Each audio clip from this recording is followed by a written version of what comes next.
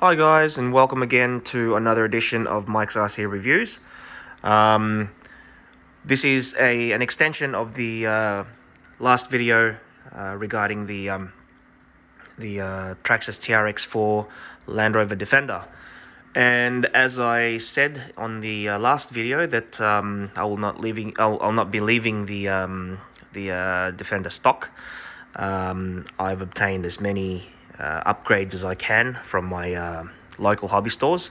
When I do say local, I do mean nationally, around Australia, because there have been hobby shops that have received the Traxxas or a stock update, but as quick as everything came in, it's all flown out the door. So at the moment, guys, the most difficult thing being in the midst of COVID-19. It's now June 2020, and our government here in Melbourne, Victoria, has just rolled back the easing of restrictions, and we're now going to be going into tighter restrictions once again because of a spike of cases.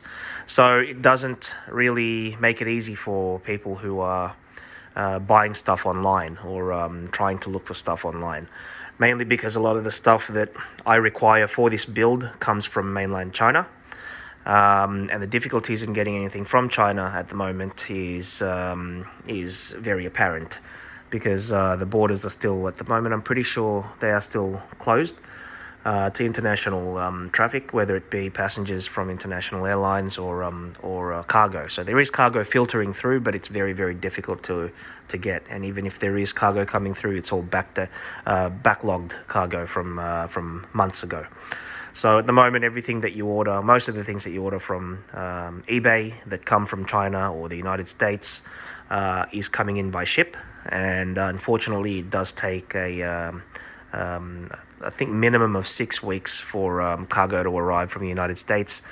That's obviously got a lot to do with scheduling as well. If you order something now, it's not necessarily going to go out tomorrow. So it could stay in the US still, or in China still for, it could sit there for a month before they board it onto a ship to deliver. So I've had to make do with what I can get at the moment. That's the reason why I got stuck with a yellow Defender. Not my first color choice, but as I said, it is growing on me because it is a sportier color than, say, the my first color choice, which was gray. So it is growing on me, and there is the option of buying another body in the future. However, whatever I do to the body now, I'm going to have to transfer onto the next one. But in saying that, I've had to do it a little bit differently this time around with regards to crawling or crawlers, because most of the time I think people upgrade the externals first, or the all of the stuff that they put on cosmetically, which is the steel or the metal bumpers, the metal sliders, rock sliders, the interior, which this being a clear window or clear windows, you can put an interior in there, which I will be in the future putting an interior in there to make it more scale. I've had to do it the other way around now, which I've had to do mechanicals and electronics first, which was on my list anyway, but they were meant to be after the externals. I was going to keep the mechanical stock, do the externals first, and then do the mechanicals and electronics, but I've done it the other way around because I cannot source any bumpers or any rock sliders at the moment. Even light kit I cannot source. So my local hobby shop has been very helpful, and also the hobby shops around Australia, where I've obtained all these great items from. They all have they are all mechanical stuff or mechanical things. So this video is basically just aimed. It's going to be a short video just aimed at what they are and what I'll be putting into this build. And as time progresses, as with the other builds that I've done, I will be updating you guys as to what I've been putting on this truck. So the things that you see in front of me now are what's going to go into this truck today, and then hopefully by the end of today it will be running, and I'll be doing a running video for you guys so you can see how it drives. I'm not even going to bother to drive it stock because it's not going to stay that way. I'm going to drive it once everything is upgraded, which hopefully, fingers crossed, everything gets done today if I have enough time. All the stock units coming out of it, so the motor, the ESC, the receiver, and the steering servo and the wheels and tires. I will be keeping all them just in case I do end up wanting to sell this in the future. At least I have the option of selling it as a stock vehicle. And because I'm not going to be abusing the body, it should be hopefully scratch free or damage free if and when I decide to do that. And that's a big if, because I am at the moment fairly in love with this thing because of what its capabilities are out of the box. So the only things that will not be changed are the diff lock servos, which they can remain standard for now, because they're not things that they're not servos that are working hard. All they really do is lock the diff and unlock the diff, and providing you follow the instructions and stop the vehicle first before actually engaging any of the diff locks or any or the two-speed transmission, as long as you follow the instructions in doing that, hopefully they will last a long time. The steering servo out of the box does need to be replaced, people do say. So that's one thing that I've purchased, and I've been lucky enough to actually source. It wasn't my first choice of servo, but by the write-ups on it and the reviews online, the servo that I've elected to install is actually not a bad unit, and also for the price that I've paid, it's a lot to expect. But then again, I could have spent double the amount and probably have gotten the same outcome. So without further ado, I'm going to highlight just the few things that I'm going to be doing today. And as you can see in front of us here are the items that I'll be putting on. So I've elected to put on, if you are from Australia, you know what these wheels are if you're a four-wheel drive person. These are the Sunraysia white steel wheels, and there is a reason why people in Australia, or all over the world for that matter, four-wheel drivers use steel wheels, and that's because if it does get buckled, or if it gets chipped and air actually gets let out, you can easily hammer these things back into place to hold the air back in. Whereas with alloy, you cannot do that. Alloy will crack, so that's the reason why people use steel. The real die-hard four-wheel drivers use steel, and that's the reason why I'm putting on into this, to have a scale look. They also do offer a benefit, and that is they offer a fair bit of unsprung weight. As I mentioned on the previous video, this is actually a very top-heavy vehicle, so if I am going to go rock climbing with it, on any of the steep inclines, for example, if it's like that, a 45-degree angle, it will want to tip over, and same goes if it was climbing up anything. So the more unsprung weight you can put on, unsprung weight is anything below the springs. So anything unsprung, any unsprung weight that you can add onto it is very good weight. Even though it does add strain to your drivetrain and all that, it's a risk that is worth taking from my point of view, just for scalability purposes. The other upgrades I'll be doing in the future, however, not today, will be the brass upgrades for the portal axles, and also the diff housing and the differentials, the axles themselves, the live axles. They will be changed to steel front and back, and also the bash plates underneath the car to protect all the underbody and the undercarriage. So that covers the wheels. The only tires I was able to get that will fit this straight away, because I cannot reuse these tires because they are glued on, and I don't want to take them apart, because as I said, I will be wanting to keep everything that I take off this stock. I want to keep those items that I take off, just so if I ever do sell it, I can sell it as a stock vehicle. The only ones I was able to find from my hobby shop are a local brand EXO 4x4 all-terrain tires, which will do for now, but eventually they will be upgraded to Proline BF Goodrich or Proline Mickey Thompson's. They're the tires that I actually did want to get.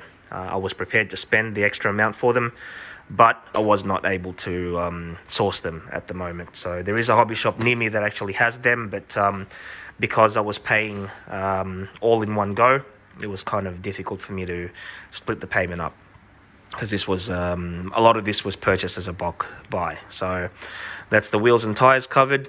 The next thing that I needed to replace straight away, because I want to have individual channels for the differential locks and also the eventual lighting system, is the transmitter and receiver system. So I've gone for the FlySky FS GT5, which I've watched a lot of reviews online on YouTube in regards to this transmitter and receiver package.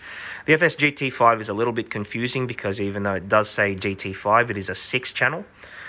So it's not a 5-channel, it's a 6-channel transmitter and receiver. It does have a 20 model memory, so whatever else I want to do with this, I can decide to purchase more cars and add them onto this system. So that's the best thing about it. And the other reason I wanted to also get this is the adjustability and fine-tunability, which the Traxxas transmitter, the TQ5, does not offer. The reason for that is it doesn't have a screen, so you cannot fine-tune everything like dual rates and exponential and all those things. This transmitter offers me that, and they're good features to have. Not only good features, they are necessary to have in some cases. Up next is the servo, the steering servo. The standard servo that is on the vehicle itself is a 8 kilogram, I think, or a 7 kilogram servo. So I've opted to go for a 25 kilo. I'm not going to be I'm not going to be adding too much weight to this vehicle. I'll be adding probably an extra kilo on board of what is on it now. So the 25 kg from my experience should be enough. If it's not, I can always change it over anyway. Power HD is a brand of servo. This is actually a servo that I would place in my big plane, in my X-Cub, if I had have known it existed back then, because this is pretty much the same price I paid for my high-tech servos, which only offer 13 kilograms of servo power. This is 25, and I paid the same price for them. But in saying that, I've never tested the brand before, so it'll be good to test it on this car. So for future plane builds or aircraft builds, this is a servo that I can actually use and utilize if I need to. The best thing about it was I was going to upgrade the servo horn as well to a metal one, but because it came with one, I don't have to buy that. So it does come with a metal servo horn in there already. You can use this from 6 to 7.4 LiPo capable. It is 6 to 7.4 volt LiPo capable. However, because of the servos internally of the truck, the diff lock servos, and also the two-speed transmission servo, being only able to receive 6 volts, I'm going to have to run this on a 6, but it is rated at 6 volt at 25 kilos, I'm pretty sure, and at 7.4 it is just a little bit faster. So at the current, sorry, I'm wrong there. So the torque at 6 volt is 23 kilograms at 0.16 seconds, and the torque at 7.4 is 0.14 seconds, so it's 0.12 seconds, 0.2 seconds faster on 7.4, and at 25 kilograms on 7.4. So I'm going to lose a couple of kilos of torque by going 6 volt, but it's still better than having the stock servo and using that and running that. Next on the list is the power system. Funny story behind this was I was actually after a smaller power system than this. This is the Hobbywing AXE 550 in the 3300 kV rating motor. The story behind this is I called my hobby shop up and I wanted the 540, which was the 2300 kV. They didn't have that in stock, but they actually miraculously had this in stock, which was a little bit more in price, but well worth the extra money, because the write-ups and the reviews on the 550 versus the 540 outweighs the price that the extra price I had to pay for this. So this offers me basically unlimited power for what I'm going to be using this. So it's got both speed and the torque that I need, and the modulation that I need to do a lot of trails and scale crawling. So in comparison to the onboard motor that's in this out of the box, a Titan 550 21T or 21 turn, is the fact that this is a brushed motor by standards. So it's a brushed 550 size, and I'm replacing it for a brushless 550 size. So if I'd have gone to 540, it would have been a bit smaller or a bit less torque than what was necessarily needed. So this offers me the same size motor, and a lot more bang for your buck, basically, in terms of that. And also this speed control is a 60 amp Z-Run Hobbywing product. The best thing about this, guys, and I'm not going to go into detailed review on it, although I'd like to, but I'm in a hurry to actually install them. But the best thing about the Hobbywing Z-Run system, the AXE system, is the fact that it's so adjustable, and it's adjustable via the Bluetooth app that you download on App Store, or if you're an Android user, you download on your device. what it offers you, and there are a lot of reviews on this system. If you're planning on installing this into your crawler, just look it up on YouTube and just type in Hobbywing AXE 550 or 540, and they will come up with the corresponding reviews on them. And they are top-notch reviews by top-notch people who have used them and who do a lot of video editing, who can actually show you them driving it as well, and also all the adjustability that it offers via the Bluetooth app. Out of the box, the Traxxas system requires me to buy another module for the transmitter, which costs around about $90, being Traxxas. They're not cheap, and for me to do that, well, this cost me what it did cost me, but at the end of the day, it gives me more power and a lot more adjustability than what the Traxxas one would have offered me in the first place. So I was going to actually install a new power plant in this anyway. It's just sooner rather than later. So I've gone backwards a little bit in my plan. I was planning on upgrading everything externally first to make it look good. It does look good as it is, but to look more scale is what I was going for.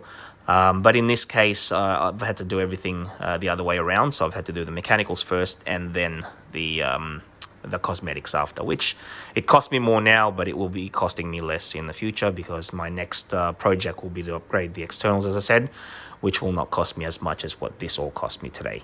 So I'd like to thank you all for joining me on this video, and it's a lot of blabbing, I know, and that's you know, for those of you who join me on my channel, you know that a lot of this is it's just talking. There are a couple of examples where I do run the machines. This will be run, and I will take a video of that as well, so you guys can see how it's ended up once it's upgraded. It's no point in me videoing it as a stock vehicle, because there are literally hundreds of them online that are unupgraded with stock power systems in there for you guys to watch and have a look at. Whereas this, at least you can see once it is upgraded with all the stuff that I'm going to be putting on them. Lastly, I did purchase finally the tools, the hex tools that I needed for this build. I resisted buying these for my plane, which cost 10 times more than this, but I think with the car, because Traxxas do tighten these up a fair bit, the bolts in them, and for good reason. Whereas the plane I'm building, so I can actually just build it and tighten the bolts up as I go. Whereas this, I've got to loosen everything up first and reuse those bolts. So I needed something that's going to take them off nicely without stripping the heads, and then put them back on. So that's the reason why I had to buy these. These are not cheap by any matter. I would have rather have spent the money that I spent on this on upgrade items, but well, like they say, you only have to buy these once, hopefully, if they don't break. So they are good things to have in your toolbox. So guys, thank you so much. I want to dedicate this final few seconds of the video to wish everybody around the world suffering from COVID-19, our brothers and sisters in the United States, in Brazil, in China, and everywhere around the world who suffer and who have suffered from this debilitating virus and disease. We're suffering economically, we're suffering in every way, shape and form. For those who have lost loved ones, who are grieving for them at the moment, our deepest and most heartfelt condolences to all of you who are watching, who have lost and who have been touched by COVID-19, and also the Black Lives Movement in the US for both people who have lost loved ones at the hands of law enforcement, and also those people suffering from the looting and the violence that's going on in the US at the moment.